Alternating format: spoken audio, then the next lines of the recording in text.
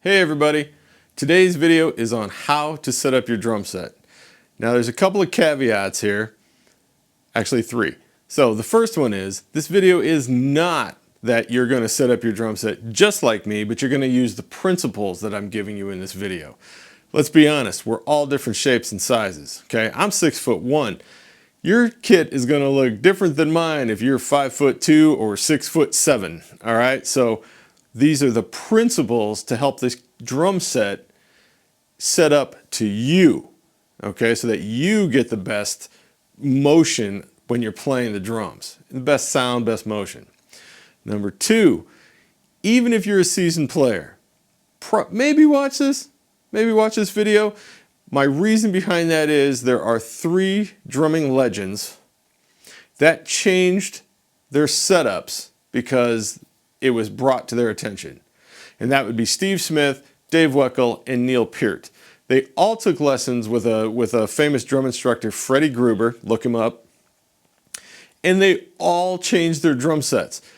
They were already legends. They had already recorded, and it was in front of all of you, some of their biggest recorded pieces. And they changed their drum set afterwards for the better. All of them will tell you it was for the better. So keep that in mind. And number three, we're going to do it with a very minimal kit. We're going to go with the absolute basic 5-piece kit. And my reason for picking that is most people, when they go to buy their first drum set at a store, it's usually the 5-piece drum set. So we're going to go just with that. So we got a bass drum, snare drum, 2 rack toms, a floor tom, 1 hi-hat, 1 ride cymbal, 1 crash cymbal. No double pedals, all right? We're just going to go with that basic 5-piece setup. Keep in mind, whether you use a smaller setup than mine or than this one, or you use a larger setup than this one, which I do a lot of the times, and if you see other videos of mine, you'll see I use a small one, I use a larger one. It just, you know, I get bored, I try to change it up. No matter what kit size you use, you're going to be fine setting up using these principles, all right? Are these the only principles available? No. Do you have to use them? No. But they have always seemed to work for my students, like all of them, okay? So at least listen through them and see what comes up. All right, other than that, let's get into it. Let's talk about how high you should be sitting on your throne. So how I see it is, what you want to do is sit on your throne, and you want to go ahead and put your feet in a relaxed sitting position. But by relaxed, I mean even. Some people probably sit like this sometimes, you know, you're not going to play drum set like this. So put both feet out evenly, flat-footed, okay? I like to have my ankles below my knees or slightly ahead of the knee, but that's just where I like to have it. And I think it takes the pressure off of joints and muscles and everything. Then what you want to do is adjust the height. Okay, so you got your feet where they need to be.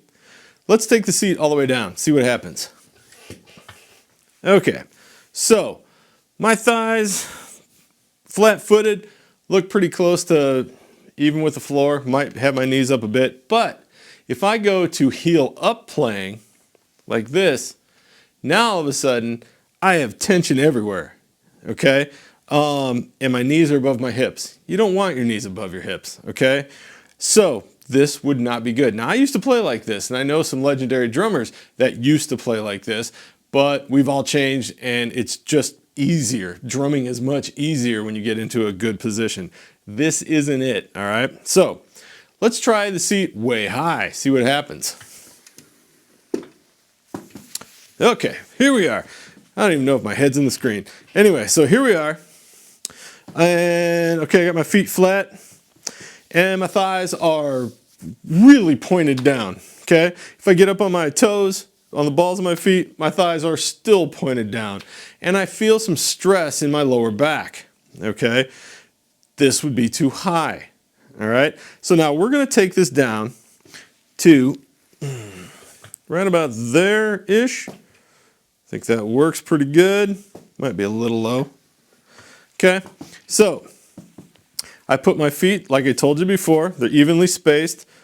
I'm flat-footed, ankles under my knees. My thighs are slightly pointed down. And then when I want to play heel up, my knees come up a little bit. We're more parallel to the floor here. I have no stress in my lower back, no stress in my hips. The legs feel good. This is where you want to try and get to, okay? This is where you want to try and get to. You know, if you want to go with your heels up, if you want to get to the point where your thighs are parallel to the floor, that actually works too, okay? But don't get your knees above your hips. It's not good for you, trust me. All right, onto the pedal. So I've moved a bass drum in, I've added a bass drum pedal, I've added the hi-hats. So where do our feet go? So if you can see from the overhead, my feet are in that position we talked about. Now all I'm going to do is move my feet that way onto the pedals. They're in the same position, okay? They're in the same position. No great shakes. You can get on the balls of your feet. My legs are parallel to the floor. I can play the instruments flat-footed or heel up. All right, let's add a snare drum. Super simple. I just place it squarely between the two pedals, the hi-hat and the bass drum. You'll be able to see it from the top cam where it is. It's sitting in a place where when I'm playing it, because we use the snare drum so much in everything we do, that it's right where, notice where my hands are? I can play it, the tips of the sticks are towards the middle, and I'm comfortable. My biceps are straight down my body, and it's very comfortable to play. A big thing here is you want to talk about? You want to worry about height. I see a lot of guys place their snare drum way low, like even with their legs. You want that higher than that, okay? I say you want this rim back here to be higher than your knees. If you play heel up, get in the heel up position, find out where that rim is. Get it above your knees. That way, you've got all the room here to play. It's not above anything. Your arms are still in fantastic playing shape. But by getting that rim up, now you can go and get rim shots, which is when you hit the drum with the stick at the rim and the drum head at the same time, like so. And notice, I've got all the room in the world on here. I'm not smacking my knee or my leg every time I go for a rim shot. I have all the room in the world. If you play traditional grip, you've still got some room, okay? If you watch Todd Zuckerman from the rock band Styx, he plays rim shots constantly throughout that show, and he plays traditional grip for most of it. So he's got his snare drum higher so he can get down there and never hit his leg. That's important. Some of you might think, well, man, that snare drum seems like it's right under my chin. Trust me, use it for a week, you'll get totally used to it. It'll put your hands in a better playing position, whether you're grooving and hitting rim shots, even if you don't hit rim shots. And when you go for the fills and everything, it's right there. The snare drum, it's not too high, trust me. So get it in that position and you're going to be in great shape. All right, on to some tom-toms. Tom-toms have been added. Like I said, we're going to use 2 rack toms and a single floor tom. Now, what I want you to know about this is all based on where I put my snare drum, to me, the most important drum on the kit, all right? It's got to be in a perfect place for me. As far as toms go, mine, when I play, when I come down on this drum head, I want my sticks to be as flat as possible, okay? It's why you don't see me angle the drum some serious angle. Now, I know there are a lot of people out there that set their kits up and they angle it because they just want their hands to do this thing, okay? If you want to get the most out of your drum, I think, my opinion, flatten it out. That way, if you need a double, it's just physics. The flatter drum is going to help bounce that stick. If the head is like this, and you got to do some weird thing, gravity's going to be off. So you want to flatten it down a little bit. Somebody like Benny Greb, I think his main tom-tom is flat completely. I'm not sure I could get used to that, but in any case, so when you see me play snare drum, the sticks are flat to the drum. When I come up to the tom-tom, it's flat to the tom-tom. The drum has been flattened to the tom-tom. Down here, again, flattened to the tom-tom. My floor tom is pretty much identical height to my snare drum. That's where it should be, okay? That way your knee's never in the way, okay? But one thing you'll probably see up top is there's a pretty big gap between my leg and where that floor tom is. I didn't always used to play that way. I had in my mind that I wanted everything as close as possible so that I could, you know, if it's close, you can play faster. Physically, over time, I figured out that was not the case for me, and it doesn't seem to be the case for a lot of people. So if I come in here, I'm going to pull this in nice and tight where I used to have it. You can probably see it up here, okay? The shoulder, you're coming down, remember, we're talking ergonomics. You come down, okay, you play, then all of a sudden, this has to change to come back like this to get to the floor tom, okay? All of a sudden, you just changed your whole upper body. So open, I'm talking about shoulders, open, open, incredibly closed. So I went and put my tom-tom out there, and what I did was I took my right hand, actually both hands, and I went, okay, how do my shoulders feel? How do my shoulders feel? How do my shoulders feel?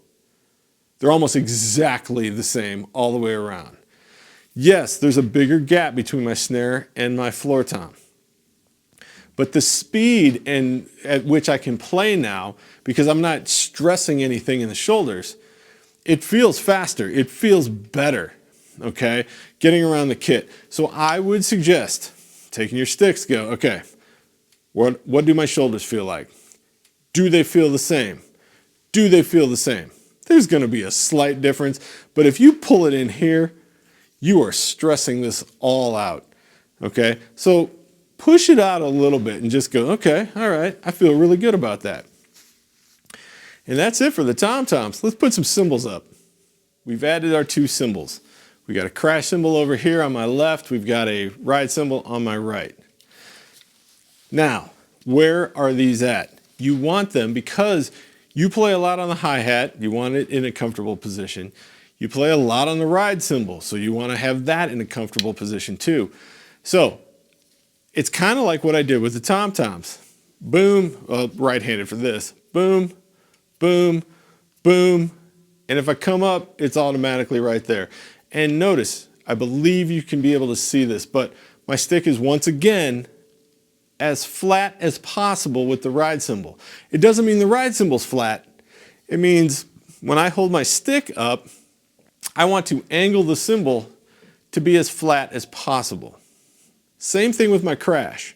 So when I come over here and I want to crash, it's as flat as possible so I can get a nice swipe on the cymbal, full contact. So I can ride over here. I can crash over here too. If you have a ride cymbal that can crash, this one can. You can crash on it, ride on it, get to the bell. It's not out of reach. Yeah, you got to reach a little bit, but it's not, you know, way over here. So you can get to the bell. And over here, you have a nice swiping crash. So again, it all comes to, hey, what are my sticks doing? We're in a great playing position here. And then, boom, flat, flat, flat. Shoulders are fine. They're not closed up. Shoulders are not closed up. I'm riding on the ride cymbal. I can crash it. I can come over here and I can either crash left or right. Hi-hats over here. Everything is in this wonderful position. Again, the video is all about ergonomics to you. My kit might not feel good to you, but if you use the principles of what we're doing, your kit should be a much easier and more ergonomic setup for you to play. All right, folks, that's it.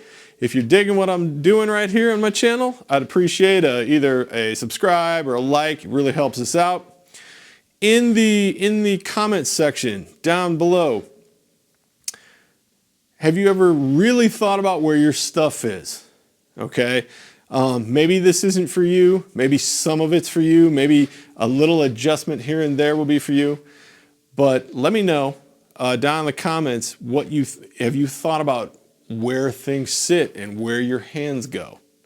All right, folks. Other than that, we'll see you in the next one. Take care.